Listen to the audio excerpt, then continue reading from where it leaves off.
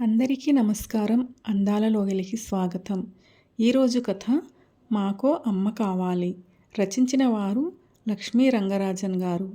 ఇక కథ వినేద్దామా మరి? ఆశ్రమం వాకిట్లో కారు ఆపి లోపలికి వెళ్ళారు శ్రీధర్, మాధవి. అధికారి రండి అంటూ ఆహ్వానించి ఏం కావాలి అని అడిగాడు. మేం త్వరలో అమెరికా వెళ్తున్నాం. మా ఇంట్లో ఇన్నేళ్లుగా ఓ అనాథని ఆదరించి చూసుకున్నాం. ఇప్పుడు ఆమెను మాతో పాటు తీసుకెళ్ళలేం. పాపం ఆవిడని ఎక్కడ వదలాలి అని ఆలోచిస్తుంటే మీ ఆశ్రమం గురించి తెలిసి ఇక్కడికి వచ్చాం. మీరు అనుమతిస్తే ఆవిడని ఇక్కడ చేర్చి వెళ్ళాలనుకుంటున్నాం. అంతేకాదు మీ ఆశ్రమానికి విరాళం ఇద్దామనుకుంటున్నాం కూడా అని శ్రీధర్ అనగానే, ఆవిడకి ఎవరూ లేరంటున్నారు. మా ఆశ్రమం రూలు అదే. ఎవరూ లేని వారిని ఆదరిస్తాం, చేర్చుకుంటాం. మీరు ఎప్పుడొచ్చి వదిలి వెళ్ళినా సరే ఈ అడ్మిషన్ ఫామ్ మాత్రం పూర్తి చేసి ఇవ్వాల్సి ఉంటుంది అంతే అన్నాడు ఆ అధికారి. సమస్య తీరిపోయింది, రేపే చేర్పించేద్దాం సరేనా అని మాధవి అనగానే, ఓకే అంటూ శ్రీధర్, మాధవిలిద్దరూ అధికారికి విషయం చెప్పి వచ్చేశారు. మరుసటి రోజు మాధవి, శ్రీధర్లిద్దరూ వచ్చి జానకిని ఆశ్రమంలో వదిలి వెళ్ళారు. ఆశ్రమానికి ఓ 25,000 విరాళం కూడా ఇచ్చి వెళ్ళిపోయారు. అమ్మా, మీకేం లోటు రాదు, మేమంతా ఉన్నాం మీకు తోడుగా అంటూ ఆశ్రమవాసులు చేయి కలపగానే అంటూ విరక్తిగా నవ్వుకుంది జానకి.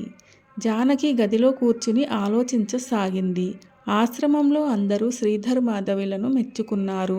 ఎంత మంచి మనసు వాళ్ళది. అనాథని ఒంటరిగా వదిలి వెళ్ళక ఆశ్రమంలో చేర్పించి మరీ వెళ్ళారు. వాళ్ళు చల్లగా ఉండాలి అని అందరూ అంటున్నప్పుడు తన మనసెంత విలపించిందో వాళ్ళకేం తెలుసు. ఎలా బతికిన తను ఇలా ఇక్కడ చరమాంకాన్ని గడపాలని ఆ భగవంతుడు నుదుటిన రాసి పెట్టాడు. చేసుకున్న వారికి చేసుకున్నంత. జానకికి గతం కళ్ళ ముందు మెదిలింది. భాస్కర్కి పెళ్ళైన 2 ఏళ్లకే భార్య పురిటిలో చనిపోయింది. సుధా అంటే భాస్కర్కి పంచప్రాణాలు. వాళ్ళది చాలా అన్యోన్యమైన దాంపత్యం. ఊళ్ళో అందరూ ఈడు జోడు బాగుంది అని తెగ పొగిడేవారు. అందరి దృష్టి తగిలే కాబోలు సుధా అల్పాయుష్షుతో పోయింది. బాబు కోసం రెండో పెళ్లి చేసుకోలేదు. భాస్కర్కి తల్లిదండ్రులు చిన్నతనంలోనే పోయారు. దాంతో బాబుని పెంచడానికి ఎవరూ లేరు. రాను రాను బాబుని పెంచడం కష్టమైపోయింది భాస్కర్కి. బంధువర్గం బాబు కోసమైనా పెళ్లి చేసుకోరా అంటూ బలవంత పెట్టి చివరికి ఒప్పించి పీడించి జానకినిచ్చి పెళ్లి చేశారు. జానకి కూడా మంచిదే. భర్త మనసుకి తగ్గట్లు నడుచుకునేది. బాబుని బాగానే చూసుకునేది. తనకు నెల తప్పగానే అందరి సవతి తల్లులలాగానే జానకి మనసు మారసాగింది. బాబు పట్ల శ్రద్ధ తగ్గింది. భర్తను మౌనంగానే సాధించసాగింది. కావాలని బాబుకు ఆలస్యంగా పాలు కలిపి ఇవ్వడం, ఏడుస్తున్నా పట్టనట్లు టీవీ చూస్తూ కూర్చోవడం చేసేది. రాను రాను బాబు చిక్కిపోయి బలహీనంగా అవ్వడంతో భాస్కర్ తట్టుకోలేకపోయాడు. జానకిని నిలదీసి అడగగానే ఇదే తరుణమని, ముందు వాడిని ఎక్కడన్నా వదిలి రండి, చూసుకోవడం నా వల్ల కాదు. కాదు కూడదంటే నేనే విషం తాగి చస్తాను. మీరే బాబుని చూసుకోలేదని చిత్రహింసలు పెట్టారని రాసి మరీ చస్తాను. తర్వాత మీ ఇష్టం అని కోపంగా జానకి అరవగానే ఏం చేయాలో అర్థం కాలేదు భాస్కర్కి. ఆమెను ఇంట్లో నుంచి వెళ్ళగొట్టలేను. నెలలు నిండిన గర్భిణి.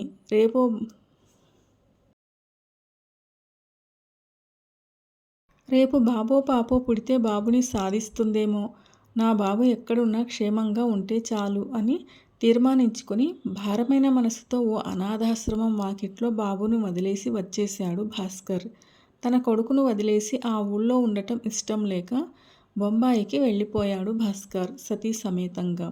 కాలగమనంలో గతం అప్పుడప్పుడు గుర్తొచ్చినా ఉద్యోగరీత్యా అన్నీ కనుమరుగైపోయాయి భాస్కర్కు. చిన్న కొడుకు శ్రీధర్ బాగా చదివి మంచి ఉద్యోగంలో ఉన్నాడు. ప్రేమించి పెళ్లి చేసుకున్నాడు. కోడలు మంచి పిల్లే, కానీ ఈ తరానికి చెందింది. తను చెప్పినట్లు అంతా నడుచుకోవాలనుకునే రకం. ఉద్యోగం చేస్తోంది. శ్రీధర్ ఆమెకి ఇస్తే ఆడే బొమ్మ. ఎవరినని ఏమి లాభం? నోరెత్తక చెప్పినట్లు వింటూ కాలం గడిపితే సరి అని భాస్కర్ మౌనంగా ఉండేవాడు. జానకి అప్పుడప్పుడు కోడలిపై నోరు పారేసుకున్న మాధవి నిర్లక్ష్యంగా నడుచుకునేది. పెద్దవాళ్ళిద్దరికీ ఓ గది కేటాయించి అక్కడే అన్ని ఏర్పాట్లు చేసి గది దాటి బయటకు రాకుండా కట్టదిట్టం చేసింది కోడలు. కొద్ది రోజులకే మానసిక క్షోభతో భాస్కర్ చనిపోయాడు. దాంతో జానకి పరిస్థితి మరింత దిగజారిపోయింది. జీతం లేని పని మనిషిలా ఆ ఇంట్లో ఉండాల్సి వచ్చింది. భర్త ఉన్నప్పుడే కాస్త నయం. ఆయన పోగానే కొడుకు కోడలు తననసలు పట్టించుకోవడం లేదు. ఏం చేస్తున్నారో చెప్పరు. అడిగితే అది మీకనవసరం అని కోడలు కసిరేది. ఇక తను ఏం మాట్లాడగలదు? మౌనమే శరణ్యంగా మూగదానిలా ఉండిపోయింది.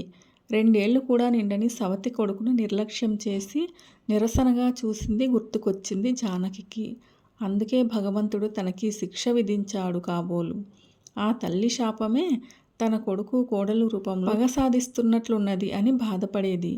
అనుభవించక తప్పదు. కనీసం ఇంట్లో నుంచి బయటికి గెంటకుండా ఉన్నారు, అది చాలు అని తృప్తి పడేది పాపం జానకి. ఎదురు చూస్తున్న అమెరికా జాబ్ దొరికింది శ్రీధర్కి. ఇక కొడుకు కోడలిద్దరికీ భూమి మీద కాలు ఆనడం లేదు. త్వరలో వెళ్ళిపోవాలని ప్రయాణ సన్నాహాలు మొదలుపెట్టారు. ఇంటిని అద్దెకిచ్చే ఏర్పాట్లు చేసేశారు. జానకికి లోపల చిన్న ఆశ, తనని కూడా తీసుకువెళ్తారేమోనని. అమెరికాలో ఎవరి పనులు వాళ్లే చేసుకోవాలి. ఇద్దరూ ఉద్యోగానికి వెళితే మనవరాలిని చూసుకోవడానికి, ఇంటి పనులు చేయడానికి తను కావాలి. అందుకోసమైనా పిలుచుకు వెళ్లాల్సిందే అని అనుకుంది. ఓ వారం రోజుల క్రితమే తెలిసింది తనను అనాథాశ్రమంలో చేర్పించే ప్రయత్నంలో ఉన్నారని.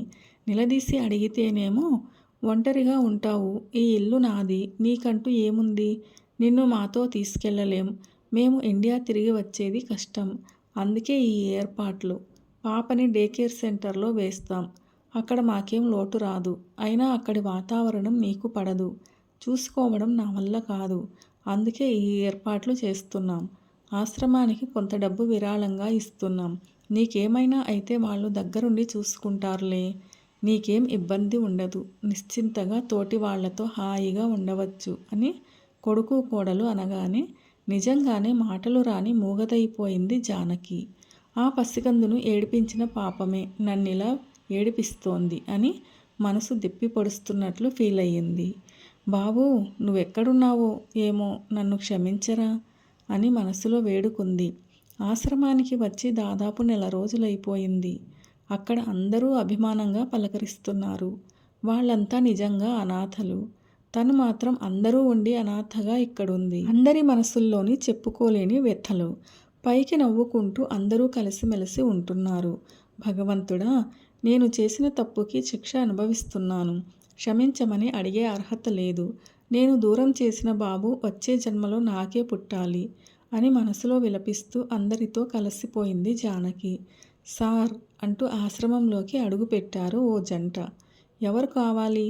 ఆశ్రమ మేనేజర్ని కలవాలి ప్లీజ్ అనగానే, రండి లోపలికి అని పిలుచుకుని వెళ్ళి పరిచయం చేశాడు ఆ వ్యక్తి. సార్, మేమిద్దరం అనాథాశ్రమంలో పెరిగి చదివి ప్రేమించి పెళ్లి చేసుకున్నాం. ఇప్పుడు ఉద్యోగరీత్యా ఇక్కడికి వచ్చాం. మా ఇద్దరికి అమ్మా నాన్నల ప్రేమానురాగాలు తెలియవు. అమ్మ ఒడిని చూడని మాకు ఓ చిన్న ఆశ, మాకు అమ్మ కావాలి.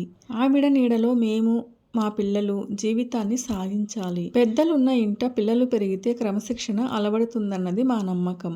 ఎవరూ లేని అనాథలకి ఆశ్రయమిచ్చే మీ దగ్గర నుంచి ఓ అమ్మని పిలుచుకు వెళ్ళాలని వచ్చాం. దయచేసి మాకా సహాయం చేయండి.